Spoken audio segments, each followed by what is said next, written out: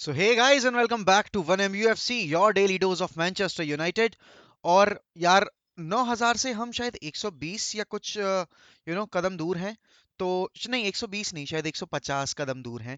तो जल्दी से पूरे करवाइए यार। आज का आपका टारगेट है, थर्सडे का लास्ट टाइम था आपका जब आपको ये चीज़ करवानी थी। तो it's all depends on you guys कि आप कब वो चीज़ करवा रहे हैं। अब बहुत ज्यादा न्यूज सर्कुलेट हो रही हैं कि यूनाइटेड के प्लेयर्स को रेल्फ रेनिक रास नहीं आ रहे।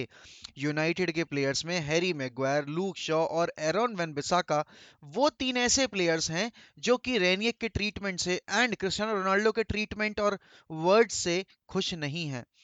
अब लाजमी है, जो एवरेज प्लेयर्स हैं उनको ही दिक्कत होगी, जो अच्छा परफॉर्म नहीं कर रहे हैं उनको दिक्कत होगी, जो टीम को हेल्प नहीं कर रहे हैं उनको दिक्कत होगी। और मैं तो सरप्राइज नहीं हूँ हैरी मैग्वायर का नाम इस लिस्ट में देखते हुए या लूक शॉ का नाम इस लिस्ट में देखते हुए, क्योंकि दोनों ही जनों ने जो भर भर के हग्गा मचाया था जब सोल्शायर चचा थे हमारे यहाँ पर, against Liverpool, against man city, against Leicester. तो वही तीन प्लेयर्स जब आकर ये अगर कह रहे हैं कि रोनाल्डो सही बंदा नहीं है, Ronaldo is not the right person in the dressing room and Ralf Rangnick is the not manager जो कि इस टीम को आगे ले जा सकता है। तो दो मैनेजर तो तुम खा गए यार, है ना।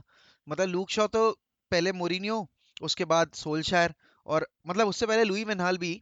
तो आप इतना अच्छा अगर खेल रहे होते तो आप अभी तक किसी ऐसी टीम में पहुंच गए होते जहां आप ट्रॉफीज जितवा रहे होते टीम को।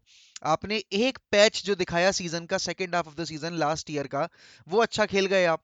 उसके बाद इस सीजन आए आप तो वही यार पुरानी कहानी, वही सारा गंदा परफॉर्मेंस देना, इरेगुलर तरह तरीके से आप डिलीवर कर रहे हो। आपके अंदर मैच शार्पनेस नहीं दिख रही है, फिटनेस लेवल आपका डाउन होता दिख रहा है, मैच अवेयरनेस नहीं है। दूसरी तरफ बहुत सारे लोगों ने ये रिपोर्ट किया है कि Donny van de Beek, Eric Bailly and Dean Henderson are not happy with the treatment. मतलब उनको गेम टाइम नहीं मिल रहा है। तो लाजमी है भाई, समझ आता है कि हाँ, इन तीन प्लेयर्स को अगर गेम टाइम नहीं मिल रहा है तो भाई वो मूव देखना चाहेंगे आउटसाइड ओल्ड ट्रैफर्ड। अब यहाँ डॉनी वैन डी विक की मैं बहुत बड़ी कमी मानता हूँ कि ऐसा नहीं हो सकता कि दो मैनेजर आकर आपको नहीं खिला रहे हैं और आप इतना अच्छा परफॉर्म कर रहे हो उसके बाद भी आपको मौका नहीं मिल रहा है। कहीं ना कहीं तो गलती कर रहे होगे आप ट्रेनिंग ग्राउंड पर, जो आप एक तरीके से छाप नहीं छोड़ पा रहे हो ट्रेनिंग पिच पर, और जिसकी वजह से आप मैनेजर को फोर्स नहीं कर पा रहे हो कि प्लीज प्लीज प्ले मी, मैं आपको हेल्प कर सकता हूँ। मिकफीलन की अभी एक न्यूज आई है कल कि मिकफीलन को बार बार कंसल्ट किया जा रहा है और कहा जा रहा है कि भाई तुम आओ, इन बिगड़ैल बच्चों को जरा बैठा कर समझाओ, सोटे मार कर समझाओ, बट टीम का जो एटमॉस्फेयर है उसको इम्प्रूव करो। और कल 2 घंटे की शायद कॉन्फ्रेंस कॉल पर थे मिकफीलन, रेनियक के साथ और कुछ इंपॉर्टेंट प्लेयर्स के साथ, जहां उन्होंने इस चीज पर बात की है कि कैसे हम चीजें इंप्रूव कर सकते हैं। बट मुझे एक चीज समझ में नहीं आती, जब प्लेयर्स इंटरेस्टेड नहीं है, और बहुत सारे लोगों ने ये भी रिपोर्ट किया है कि कम से कम 16-17 प्लेयर्स ऐसे हैं जो कि क्लब छोड़ के जा सकते हैं। 11 प्लेयर्स तो मतलब जो की प्लेयर्स, ऑन पेपर की प्लेयर्स हैं, वो कह रहे हैं कि भाई हम नहीं रुकना चाहते और हम क्लब छोड़ के जाना चाहते हैं। अगर उनमें नाम कुछ ऐसे हैं जिनका नाम है हैरी मैग्वायर, लूक शॉ, एरन वन बिसाका, तो भाई मेरी तो उनसे एक ही दरख्वास्त है कि आप परसों जाओगे तो आप आज निकल जाओ, हमारा टाइम बचाओ, और हमें कम से कम मार्केट में पैसा मिल सकता है अगर आप जाओगे तो। मैं ये नहीं कह रहा कि उन उन प्लेयर्स को इम्प्रूव नहीं किया जा सकता, बट ये वो प्लेयर्स हैं जो कि अपना 200% पिच पर नहीं देते, 20% पिच पर देते हैं, और उसके बाद मैनेजर पर सवाल उठाते हैं, अपने टीममेट्स पर सवाल उठाते हैं। ये प्लेयर्स निहायत ही इतने निठल्ले प्लेयर्स हैं जिनका कोई जवाब नहीं है। क्लब जिस दिन ना प्लेयर्स को प्रायोरिटाइज करना शुरू कर देता है, वो क्लब अपनी आइडेंटिटी खो देता है। और यूनाइटेड ने अपनी आइडेंटिटी खो दी है क्योंकि ये क्लब प्लेयर सेंटर्ड हो गया है, rather than giving the command to the manager के आप इस क्लब के कर्ता धर्ता हो, आप इस टीम के कर्ता धर्ता हो। आप डिसाइड करोगे कि कौन खेलेगा कौन नहीं खेलेगा, आप डिसाइड करोगे कि किस प्लेयर को रुकना चाहिए किस प्लेयर को नहीं रुकना चाहिए। ना कि ये प्लेयर्स मीडिया में जाकर बताएंगे कि मैनेजर क्या करना चाहिए क्या नहीं करना चाहिए।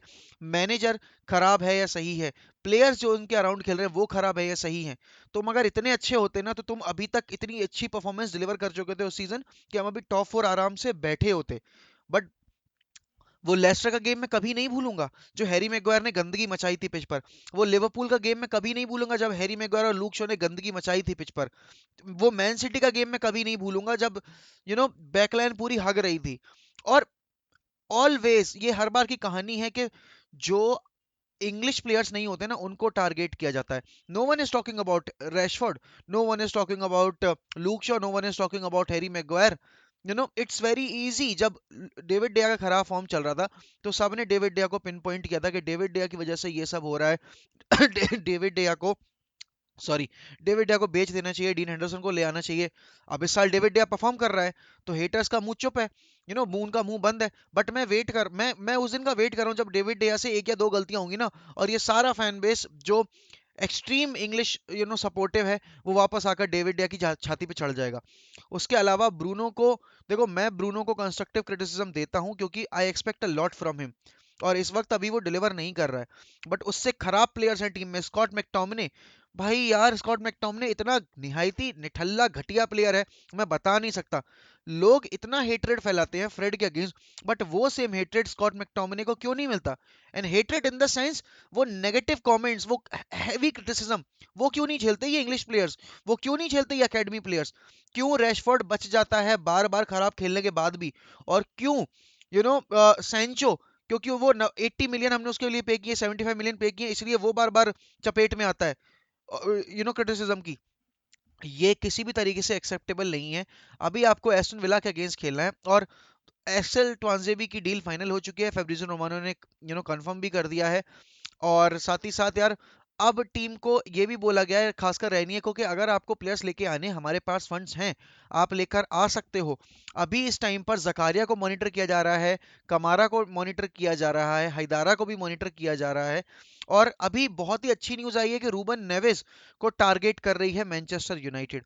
अब अगर यार रूबन नेवेस को आप लेकर आ रहे हो, तो फिर बात तो वही की वही रह जाएगी कि रूबन नेवेस आपका प्रॉपर नंबर 6 तो है नहीं, is more of an advance 6। वही, तो फिर उसके केस में फिर आपको एक और सपोर्टिव नंबर 6 खिलाना पड़ेगा।